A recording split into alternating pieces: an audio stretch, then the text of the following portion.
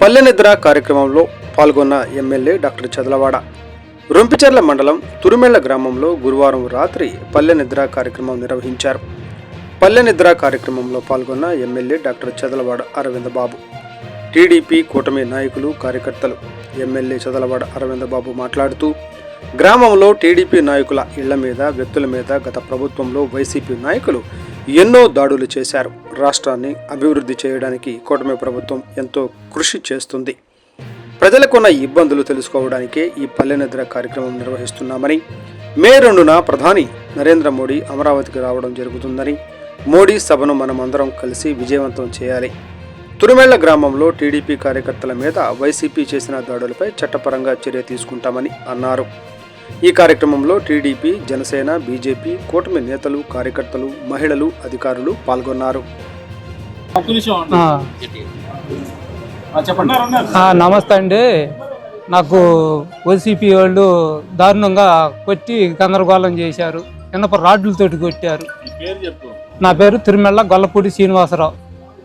ఇనప రాడ్లతో కొట్టారు. ఆటోతో గుద్ది జనవరి 1కు ముందు ఫిబ్రవరి 6వ తారీఖు నేను నర్సరావుపేట సిమెంట్ పనికి వెళ్తుంటే ఆటోతో గుద్ది వాళ్ళ పార్టీలోకి పోలేదని నన్ను దారుణంగా 2 కాళ్ళు గుల్లగా ఎరగొట్టారు వైసీపీ పార్టీ వాళ్ళు.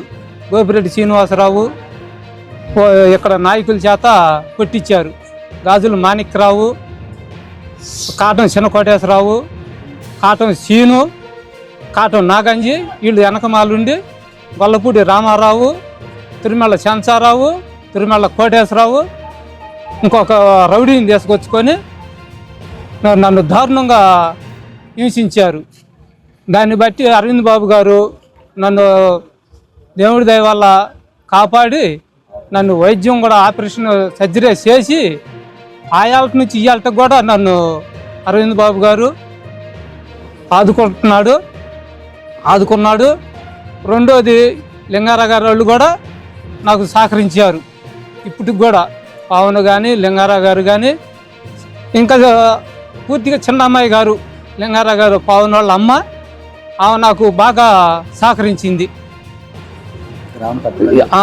గ్రామ పెద్దలు కలిసి నన్ను సహకరించి నాకు మంచి చేశారు.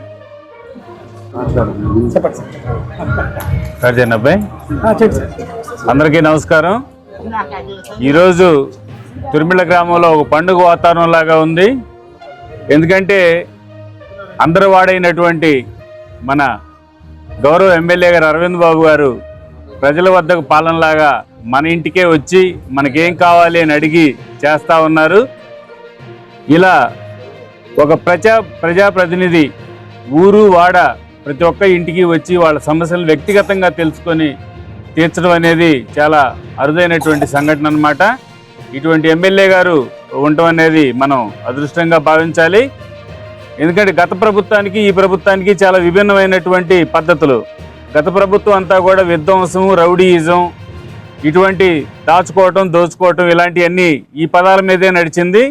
కానీ ఈ ప్రభుత్వ విధానం పూర్తిగా మార్పు అన్నమాట.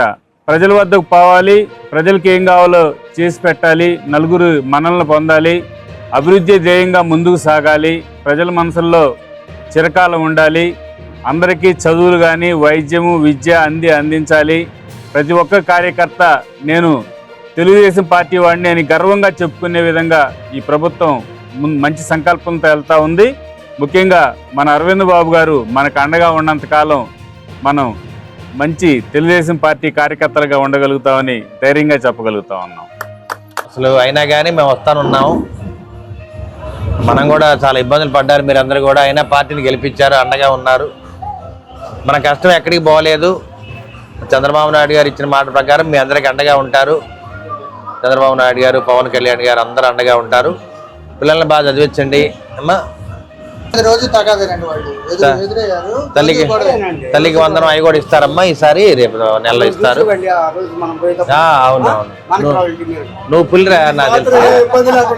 నువ్వు పులి కదా. యాక్సిడెంట్ కేసు పెట్టామా? అటెంప్ట్.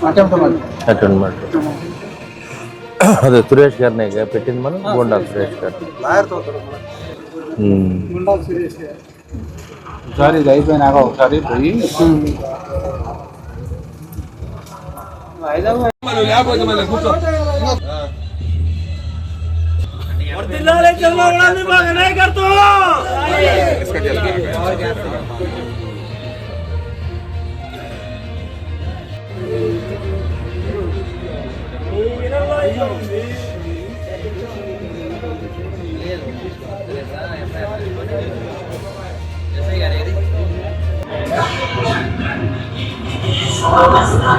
పిల్లలు మొన్న ఈ అమ్మాయి 10th క్లాస్